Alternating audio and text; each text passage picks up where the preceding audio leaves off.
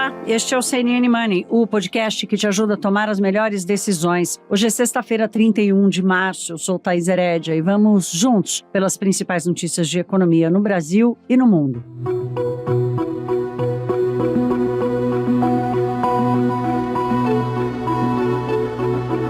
Minha gente, é dia de falar de arcabouço fiscal, né? Porque finalmente ele nasceu, ele surgiu com todos os seus detalhes, ou pelo menos com a quantidade de detalhes para uma primeira impressão daquilo que foi elaborado pela equipe econômica do novo governo. Foi com alívio, com preocupação e com uma boa dose de euforia que a nova regra fiscal foi recebida, foi bem recebida. O alívio, minha gente, se deu pelo tempo de espera, né? Foi muito tempo, desde a discussão da regra da transição, já depois da eleição e no final do ano passado até agora. Então, saiu a proposta do novo governo. E aqui também tem um alívio, minha gente, pela dúvida sobre qual seria o pensamento econômico que iria prevalecer na proposta de Fernando Haddad. O de, abro aspas, gasto é vida, a marca do governo de Dilma Rousseff, gasto é vida é uma frase que a ex-presidente teria dito numa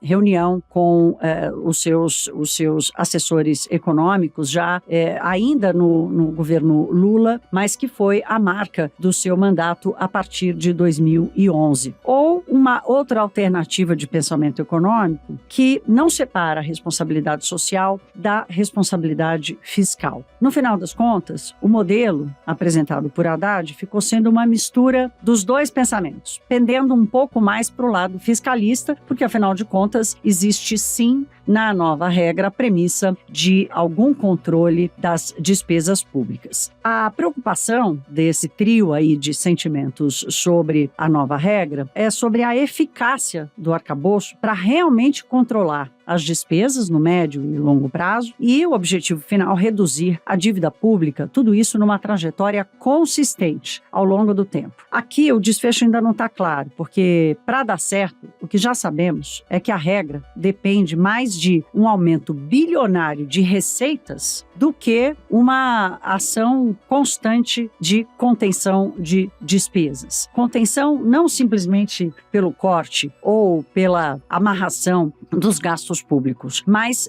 pela eficácia da ferramenta de conter as despesas no momento adequado e alocar os discursos também, as despesas, alocar os discursos. Já estou maluca, hoje é sexta-feira, minha gente. Alocar as despesas de uma forma mais eficiente. Pela proposta que nós vimos ontem, os gastos vão aumentar sempre, minha gente, sempre, com ou sem crescimento da arrecadação. A premissa é que a receita tenha que crescer sempre, mas os gastos, mesmo com uma previsão de uma contenção das despesas, do aumento das despesas, os gastos vão crescer sempre, com ou sem aumento da arrecadação, com ou sem aumento do PIB, crescimento do PIB. O sucesso dessa nova regra, portanto, vai depender, minha gente, em grande medida, da disposição. É uma dependência, primeiro, subjetiva, da disposição e da firmeza do governo para segurar o ímpeto gastador do próprio governo, do próprio presidente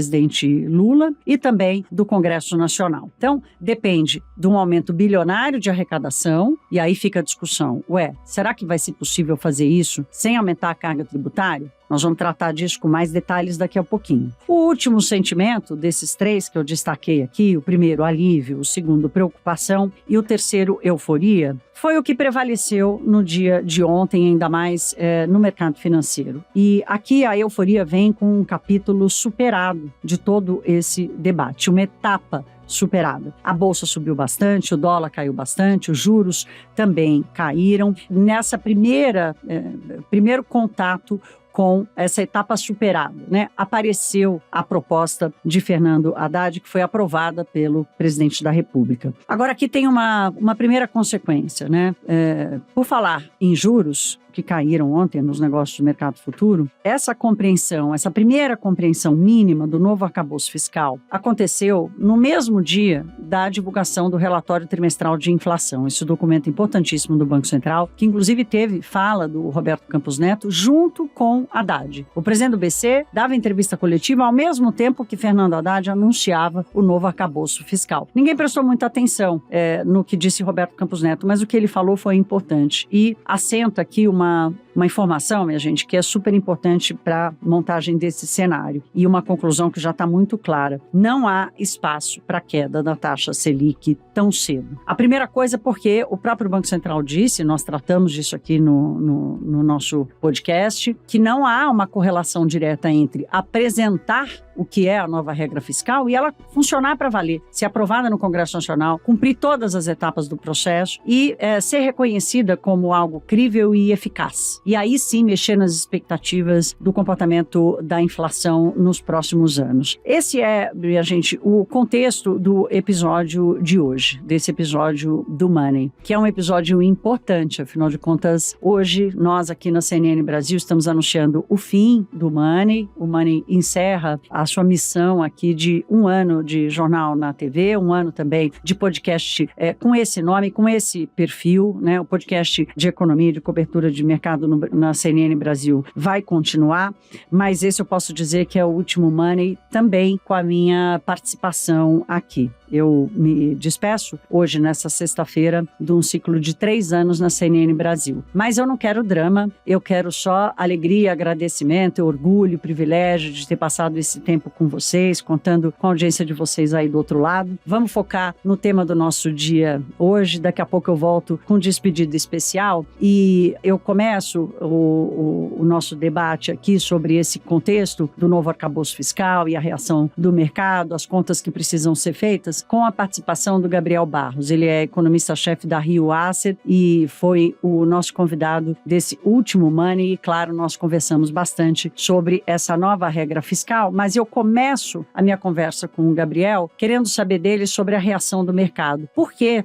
Foi uma reação tão eufórica, com a Bolsa quase chegando aos 104 mil pontos, o dólar fechando abaixo dos R$ 5,10. Vamos ouvir o Gabriel. Eu acho que o mercado estava muito apreensivo sobre o que poderia vir no novo arcabouço e saiu tirou um pouco da incerteza que estava na mesa, que era grande, depois que foi anunciado.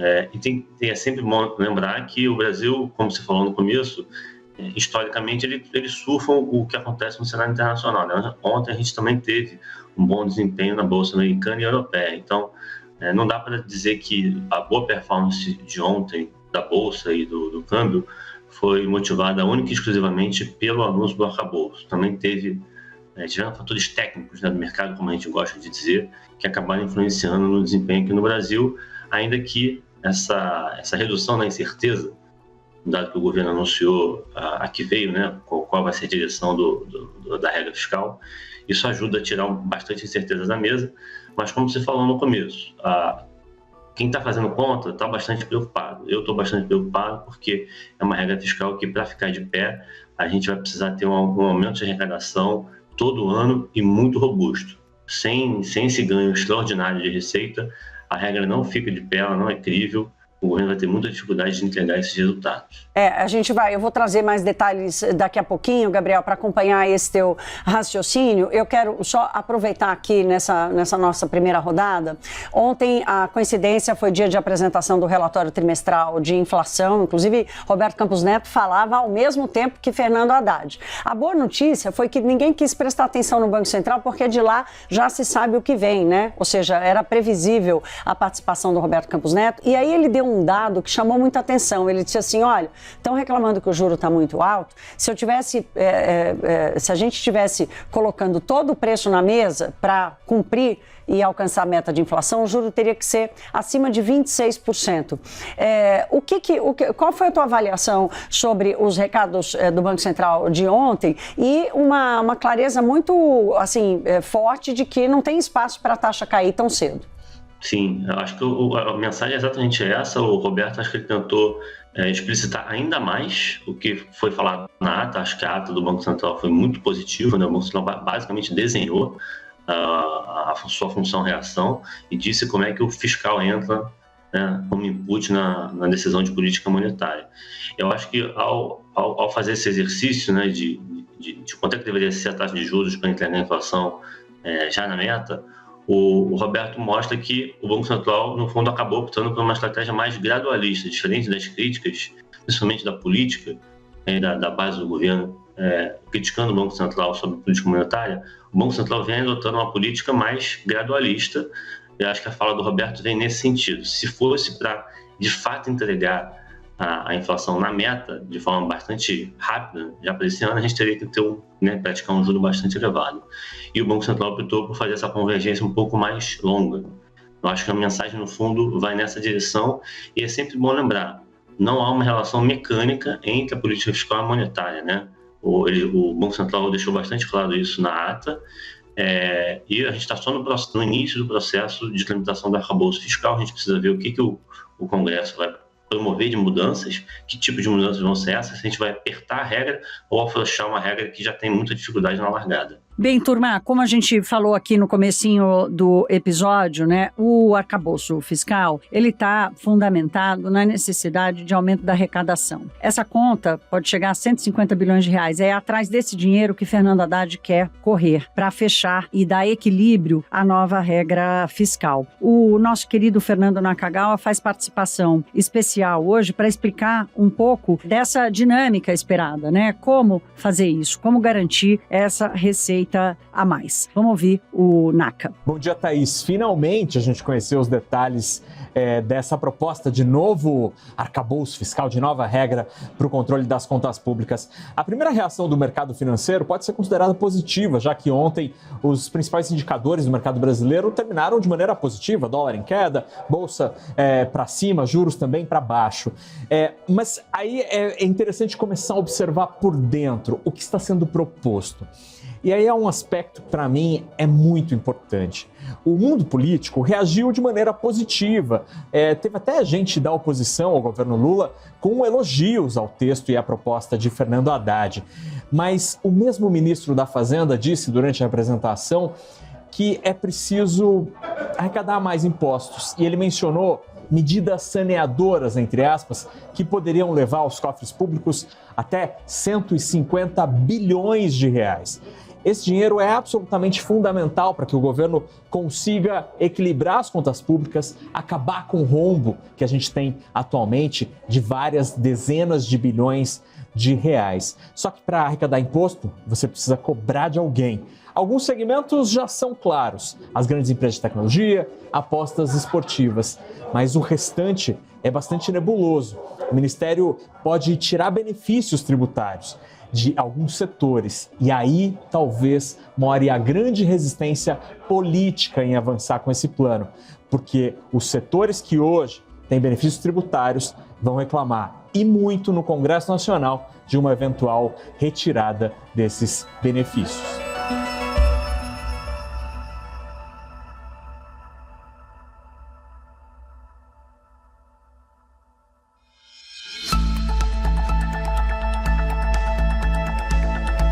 Aí, minha gente, vamos fazer o seguinte agora, a partir de todas essas participações que tivemos agora, eu volto com a nossa conversa com o Gabriel Barros, a partir de uma leitura entre os pontos positivos da nova regra fiscal e os pontos negativos. Vou começar pelos positivos. Primeira coisa, há sim um limite de crescimento real da despesa, né? Já descontada a inflação. Pode não ser o ideal, pode não haver ali um controle mais rígido de gastos, como impunha o teto de gastos, medida que vigorou de 2017 até aqui, mas há sim um limite real do crescimento da despesa. A segunda coisa, a previsão de que todas as despesas estejam sob a nova regra. Não vai haver distinção entre investimento, saúde e educação, mas aqui também tem um truquezinho que já falamos, mas de qualquer forma a premissa de colocar tudo debaixo do guarda-chuva já também é importante. A terceira, a revisão dos benefícios tributários, que são as isenções e as exonerações feitas pelo governo federal. A ressalva aqui, turma, é que o maior crescimento dos benefícios tributários se deu exatamente no mandato de Dilma Rousseff, num governo do PT, do Partido dos Trabalhadores, sob o pensamento econômico de que gasto é vida e de que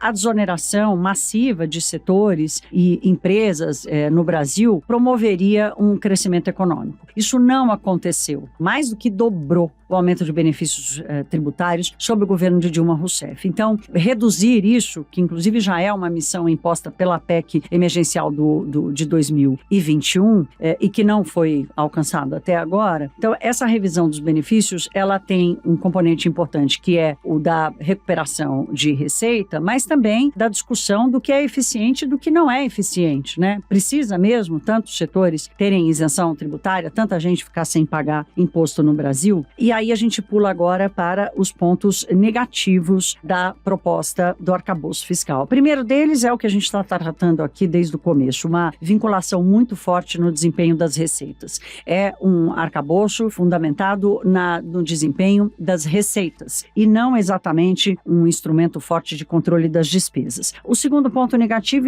incentiva o aumento da carga tributária. O ministro da Fazenda diz que não vai subir imposto. Nós ouvimos o Fernando Nakagawa dizer isso. Mas nós vamos precisar acompanhar para ver como vai acontecer. E, por último, ele incentiva também uma dinâmica que aconteceu durante muitos anos até o teto de gasto, que é assim, quanto maior a receita, maior a despesa, e a despesa obrigatória, aquela que permanece, mesmo quando a receita não aparecer, mesmo quando o ciclo econômico for de redução do PIB, de perda de riqueza no país. A partir dessa leitura dos pontos positivos e negativos, eu volto agora com a nossa conversa com o Gabriel para entender dele qual o saldo que ele enxerga desse balanço da nova regra fiscal. Na minha avaliação, o resultado líquido, né, do arcabouço que foi apresentado é negativo, basicamente porque o ganho de receita que a gente precisa observar para que essa regra fique de pé é muito forte. A gente tem que ter mais de um ponto percentual do PIB que a gente precisa ter de surpresa na arrecadação para que a regra funcione.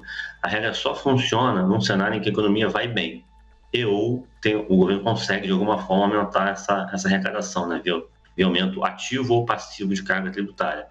Então, acho que, liquidamente, a regra ela não é positiva, só funciona num cenário de céu de brigadeiro, né, com a economia rodando a taxas muito positivas, e quando a economia fraquejar, eles vão ter uma dificuldade de entregar. Tem uma coisa importante que vale a pena a gente mencionar, que é a inconsistência da regra.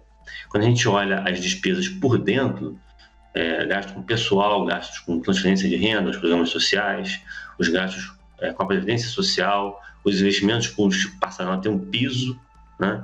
Quando a gente faz a conta dessas rubricas, que são componentes da despesa, a média ponderada, né, o resultado combinado do crescimento dessas várias despesas é um gasto que cresce mais do que 0,6 no cenário adverso.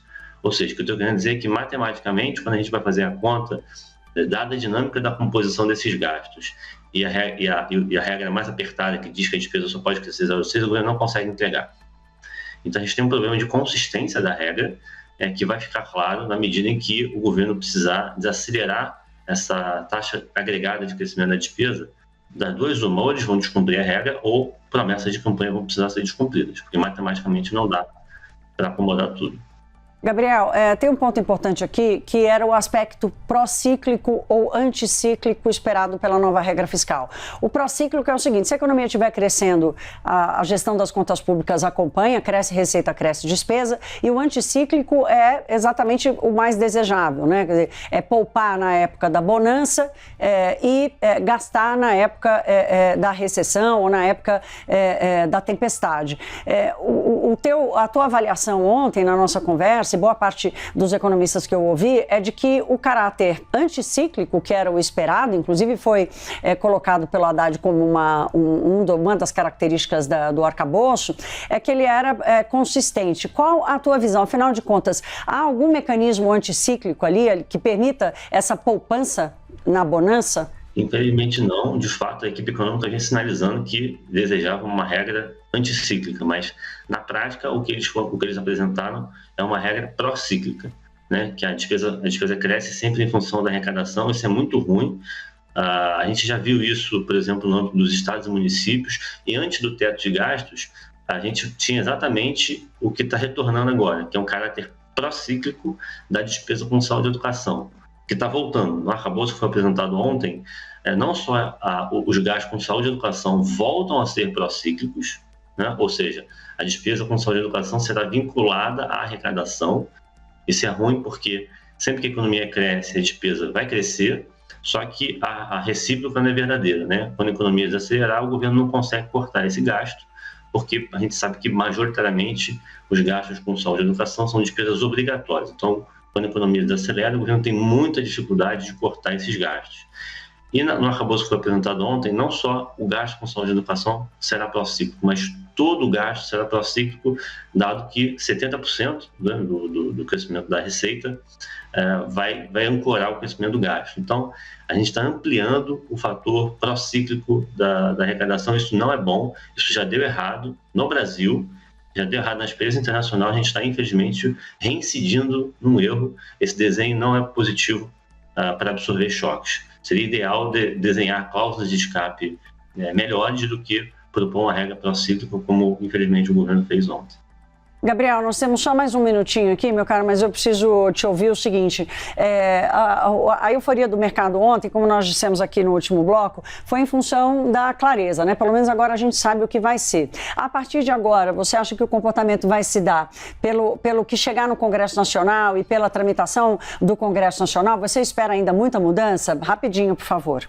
Eu espero bastante mudança, sim, no Congresso. O Congresso, historicamente, sempre alterou, sempre desidratou as propostas que chegaram. Eu ficaria muito surpreso se o Congresso apertasse a regra, né? Tornasse a regra melhor do que ela chegou. Vamos torcer, tomara que isso aconteça, mas, historicamente, o que o Congresso faz é sempre desidratar as propostas que chegam. Então, eu acho que vão ter novas mudanças, a gente vai precisar fazer novas contas e é possível que a regra fique um pouco mais frouxa do que já chegou na largada. A gente deveria esperar o contrário. Uma regra mais apertada na largada para dar conta, né, ter gordura para dar conta dessas desidratações, mas parece que o Congresso vai caminhar na direção oposta e a gente vai ter uma regra um pouquinho mais frouxa no final. Ô, turma, a partir de agora a gente entra naquele modo a conferir, né? A conferir como virá o projeto de lei em si, né? Que está sendo elaborado, deve ser entregue até primeira semana de abril, os primeiros 10 dias de abril. Então, o primeiro é a conferir. O segundo é, os dias vão passar, as contas vão ser feitas e a gente vai entender a repercussão disso, se já toda a euforia ficará contida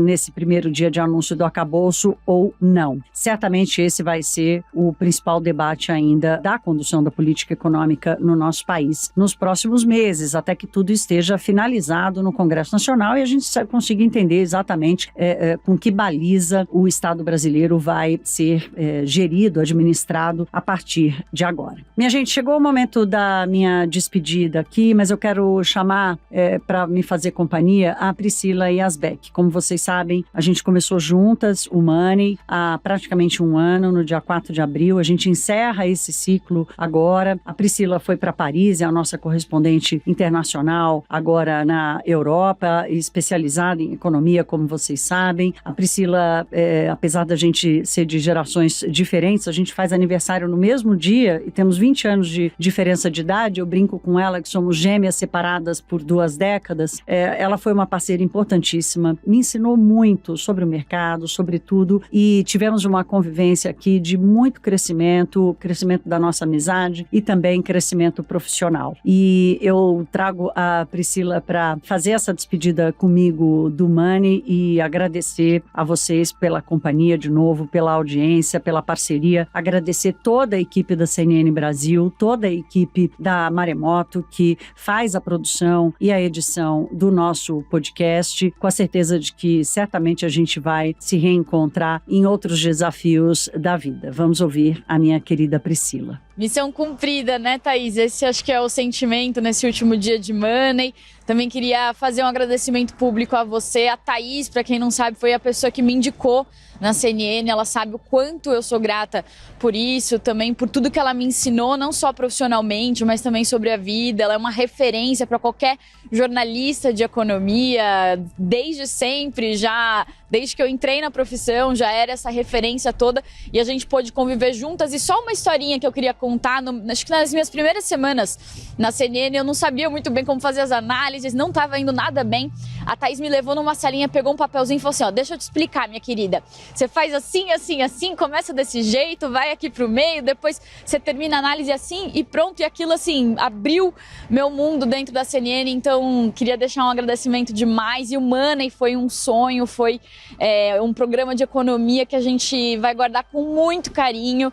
E obrigada por tudo, Thaís, não tem nem o que falar. Obrigada. É isso, minha gente. Eu espero cruzar com vocês por aí. Não vai demorar, eu prometo. Até lá, se cuidem. Um beijo e até.